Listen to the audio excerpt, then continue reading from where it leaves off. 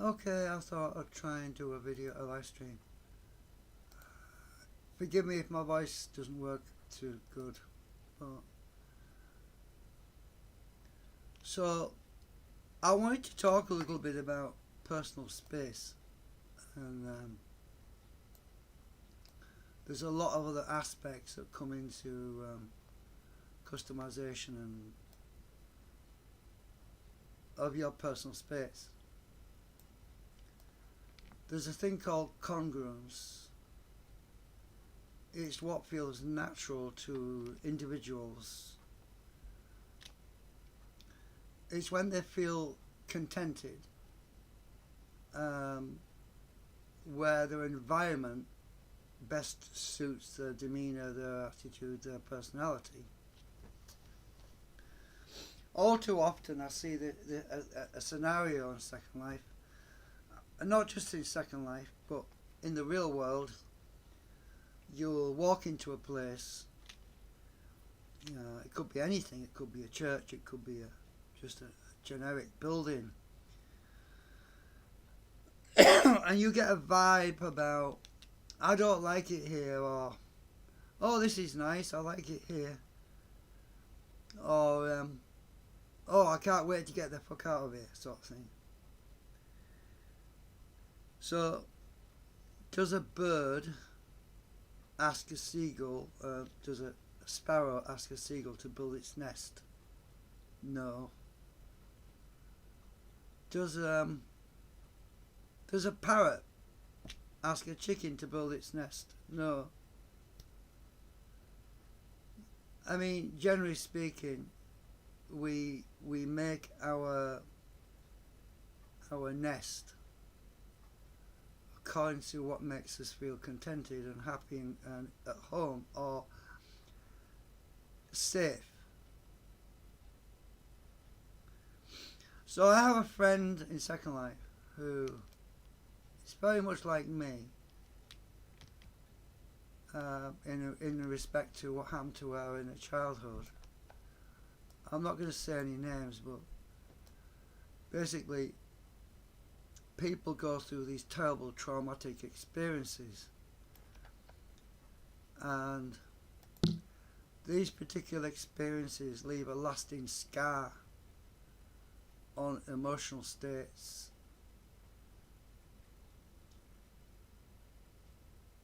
So she chose to hide in a shark bed, and I fully understand why. Because vulnerable people who've been severely harmed or hurt, they look for a safe place to hide. They look for a safe place where they can be and be left alone, because they don't trust people anymore. So this friend who I met a few days ago, we see it quite a lot, where people build their own nest, and it could be anything. It could be an office, it could be a bedroom, it could be a carvanette. Why do people like camper vans? Camper vans are another form of escape. They're a type of isolation from situations that they need to run away from now and then. When you buy a house, you are very much trapped to that house. You can't just move the house. So people psychologically have this desire to have a house on wheels. That gives them the ability to actually move around and have some flexibility. Now, there's a situation that happens a lot in Second Life. It's a thing called ego. Let's talk a little bit about ego. Ego is a type of I'm always right, I will do it my way or no way sort of situation. But it doesn't take into context the fact that certain people just can't live like that. Some people just need to have their own space, their own surroundings, their own objects around them that make them feel contented. So they'll surround themselves in objects of familiarity. It might be family pictures, it might be something from their past life, when previous work that they used to do, which brings back really profound, strong memories of where they felt comfortable. So what I'm saying, because I studied psychology at the University of Hull, I didn't do the whole course, but we did a lot. There's a thing called use it or lose it. If people are not allowed to use what is beneficial to them emotionally and psychologically, then these people will move on. They'll leave, they'll go somewhere else. Because there are a lot of people like that. You could call them runners. You know, I kind of like to use the analogy of Logan's Run, that TV show. Logan's Run was one of the most profound movies to do with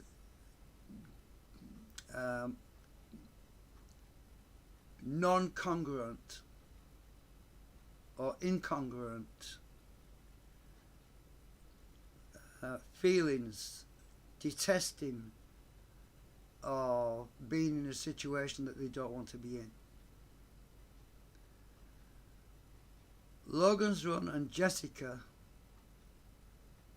they both wanted out, but they were living in this situation where they had no say, they had no freedom, they had no choice. There was only one option left open to them. That was to run. And they did, they run. And in this situation, they called it a crime to be a runner. So they made it so that you could not run. You were a criminal if you ran. So what am I talking about here? I'm talking about people that come to Second Life. They are running away from something that happened to them in the real world. They are looking for some escape. They are looking for something that they can't find in the real world that gives them peace of mind and contentedness. But ego still exists even in Second Life. We could call them perfectionists. People that create structures, create their own little worlds. But it's based on their own personal choice, their own congruence, not somebody else's. So this inflexibility, this lack of cohesion between the guests of the sim and the actual visitors, this lack of congruence, of sense of feeling self-worth, of feeling that this is like home to me situation, if that does not exist, they will continue to be runners and the sim will die. So there's a certain amount of flexibility that needs to be granted. People need to be allowed to choose their own personal space, because it's where you go when you are not working, when you want to be away from all of the things in life that cause you misery and pain. If you're not allowed to have that, then you have nothing. And the person that's trying to provide a service to those people also has nothing, because they lack the vision to see what was needed and not there, and not what was being pushed on them. Because there's a difference between need and want. To want something is to have a specific alignment of a dream. And that dream might, excuse me, I'm going to get a cough in a minute. That dream might be not in alignment with other people's dreams. If you can understand what I'm saying, you'll know exactly what I'm talking about. Thank you for watching.